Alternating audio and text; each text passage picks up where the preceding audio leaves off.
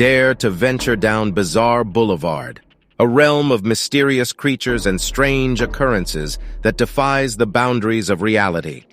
No matter which path you choose, remember that all roads eventually lead to this chilling and enigmatic destination.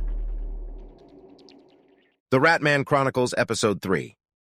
The night was oppressive, the air thick with tension as Marco made his way to the parking garage. His footsteps echoed through the concrete structure, each step punctuated by the throbbing of his heart. A sense of unease settled over him like a shroud, though he tried to shake it off as mere paranoia. As he approached his car, a sudden noise caught his attention. The hair on the back of his neck stood on end, and he hesitated, his breath catching in his throat. "Who's there?" he called out, his voice wavering with fear. There was no response, only the sound of his own pounding heart. Marco glanced around nervously, his fingers tightening around the car keys in his hand. Just as he was about to unlock the door, a monstrous growl echoed through the parking garage, the sound sending shivers down his spine. He turned in horror, the monstrous figure of the Ratman emerging from the shadows. Its beady eyes were fixated on him, and Marco realized with a jolt of terror that he had been marked by the creature. "Stay back!" he shouted, fumbling with his keys as the Ratman lunged forward, its monstrous claws slashing through the air. Desperate, Marco hurled his keys at the creature, momentarily stunning it. Seizing the opportunity, he sprinted towards the stairwell, his breath coming in ragged gasps.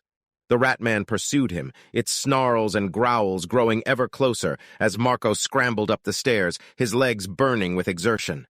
As he reached the final flight of stairs, the door to the roof burst open, revealing Detective Winkfield and Mary, their faces etched with concern. "Marco, get behind us!" Detective Winkfield yelled, brandishing his taser. Marco stumbled past them, collapsing against the wall, his chest heaving as he struggled to catch his breath. Detective Winkfield fired the taser at the Ratman, sending it retreating back down the stairs. The trio regrouped, their hearts pounding with terror and adrenaline. I don't know how it found me," Marco gasped, his eyes wide with fear. "It was like it knew where I was." "We need to be more careful," Mary said, her voice shaking. "None of us are safe." As they made their way back to the safety of their homes, the weight of the darkness that now pursued them hung heavy on their minds. Marco had narrowly escaped the Ratman's grasp, but they knew that the creature's sinister gaze would not be deterred for long. Mary paced her apartment, her hands wringing together as anxiety gnawed at her insides. She couldn't shake the feeling that something was wrong, that the darkness they had confronted was closing in. Her phone rang, shattering the silence, and she lunged for it, desperately hoping for good news. "Mary, it's Detective Winkfield," came the voice on the other end, the urgency in his tone making her heart plummet. "I've just received a call about a break-in at Marco's apartment. We need to get there now." Her heart pounding, Mary raced to Marco's place, her dread growing with each passing second. When she arrived, the flashing lights of police cars and the chaotic scene that greeted her confirmed her worst fears. Detective Winkfield was waiting for her outside, his face a mask of grim determination.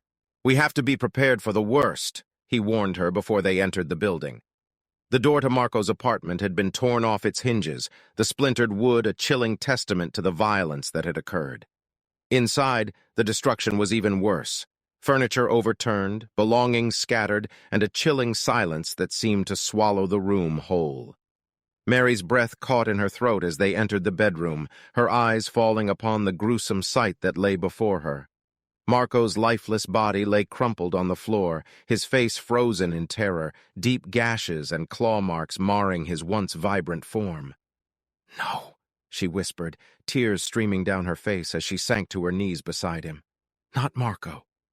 Detective Winkfield placed a hand on her shoulder, his own eyes filled with grief. "I'm so sorry, Mary. We were too late." As they stood in the wreckage of Marco's life, the reality of their situation became all too clear. The Ratman had claimed another victim, and it wouldn't stop until it had hunted down everyone connected to its dark past. "We need to end this," Mary choked out, her voice laced with determination. "We can't let Marco's death be in vain." Detective Winkfield nodded, his eyes hardening.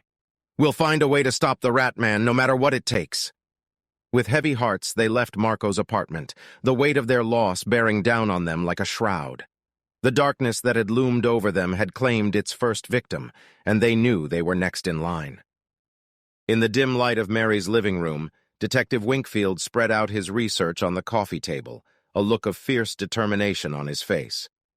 "I've been looking into the history of the Rat Man, trying to find a way to stop it," he explained, his voice hoarse from hours of poring over dusty tomes and articles. Mary leaned in, her eyes scanning the documents that covered the table.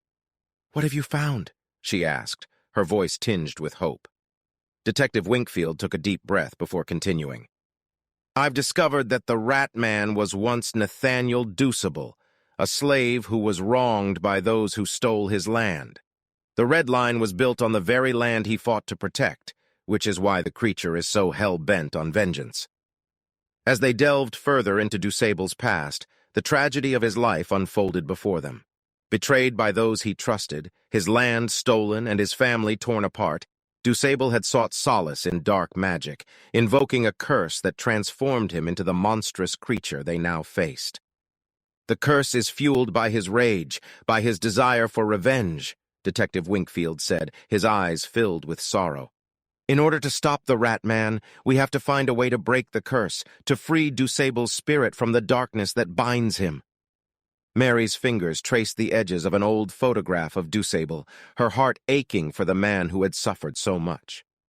"But how do we do that? How can we possibly help a man who's been dead for over a century?" Detective Winkfield hesitated before answering, his gaze fixed on the ancient book that held the secrets of the curse. "I think I've found a ritual that might work, but it's dangerous. It requires confronting the Rat Man, and there's no guarantee that we'll survive."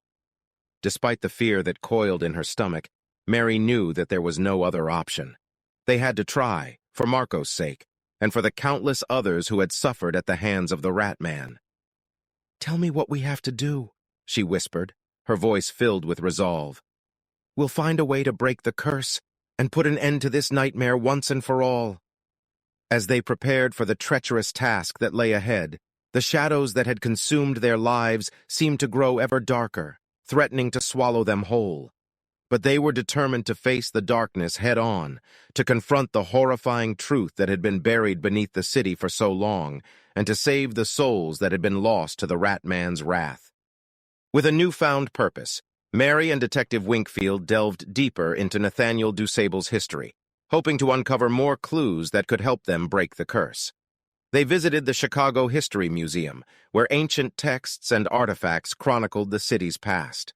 As they wandered through the dimly lit exhibits, Mary felt a chill run down her spine. The whispers of the past seemed to echo through the halls, as if the stories contained within the museum were alive and reaching out to them. Detective Winkfield led her to a small room dedicated to the Great Fire of 1871. There, amidst the haunting remnants of the city's darkest days, they found a small display about Deuceable and his land. "What's this?" Mary asked, her eyes drawn to a tattered journal protected by a glass case. The pages were yellowed with age, the ink faded but still legible. "This is the Journal of Nathaniel Deuceable," Detective Winkfield explained, his voice hushed with reverence. "It's said to contain his thoughts and feelings during the time of the fire and his subsequent transformation." Mary peered closer, her heart aching as she read Deuceable's anguished words. "He was so betrayed and heartbroken," she whispered, her eyes brimming with tears. "He just wanted justice for his family and his land." Detective Winkfield nodded solemnly. "Yes, and that's why we have to help him. We have to find a way to right the wrongs that were done to him, to give him the peace he's been denied for so long." Armed with the knowledge they had gained from the museum, they returned to Mary's apartment, where they began to piece together a plan to confront the Rat Man and break the curse. They pored over the ritual that Detective Winkfield had discovered, studying every detail and ensuring they understood the risks involved. They gathered the necessary items, a mixture of herbs, a relic from Deuceable's past, and a small vial of their own blood to symbolize their connection to the suffering he had endured. As the night wore on, the shadows deepened, and the time to confront the Rat Man drew near. Mary and Detective Winkfield knew that they were venturing into the heart of darkness, but they were determined to fight for the justice that Deuceable and all of his victims deserved. They steeled themselves, preparing to face the horrifying creature that had haunted their city for so long. And as they stepped into the darkness, they knew that their journey was far from over, that the battle for the soul of Nathaniel Deuceable was just beginning. As the night of the final confrontation approached, a palpable tension filled the air. The city itself seemed to hold its breath, as if anticipating the battle that was about to take place beneath its streets. Mary and Detective Winkfield stood on the platform of the Red Line station, their hearts pounding in their chests as they waited for the train that would take them to the heart of the Rat Man's lair. The wind howled through the tunnel, carrying with it the whispers of the past and the weight of the darkness that had hung over the city for far too long. "We have to be ready for anything," Detective Winkfield warned, his voice tight with anxiety. "There's no telling what we'll face when we confront the Rat Man." Mary nodded, her fingers gripping the bag that held the items they needed for the ritual. "I know," she whispered, her voice shaking, "but we have to do this. We have to end this nightmare once and for all." The train roared into the station, its arrival signaling the beginning of their harrowing journey. As they boarded the empty car, Mary couldn't help but shudder at the memories of the horrors they had witnessed within its confines. The darkness seemed to press in on them, its oppressive weight a constant reminder of the evil that lurked just out of sight. As the train plunged deeper into the city, the oppressive atmosphere grew thicker, the shadows twisting and writhing around them like living things. The distant echoes of screams and cries for help filled the air, a haunting testament to the suffering the Rat Man had wrought.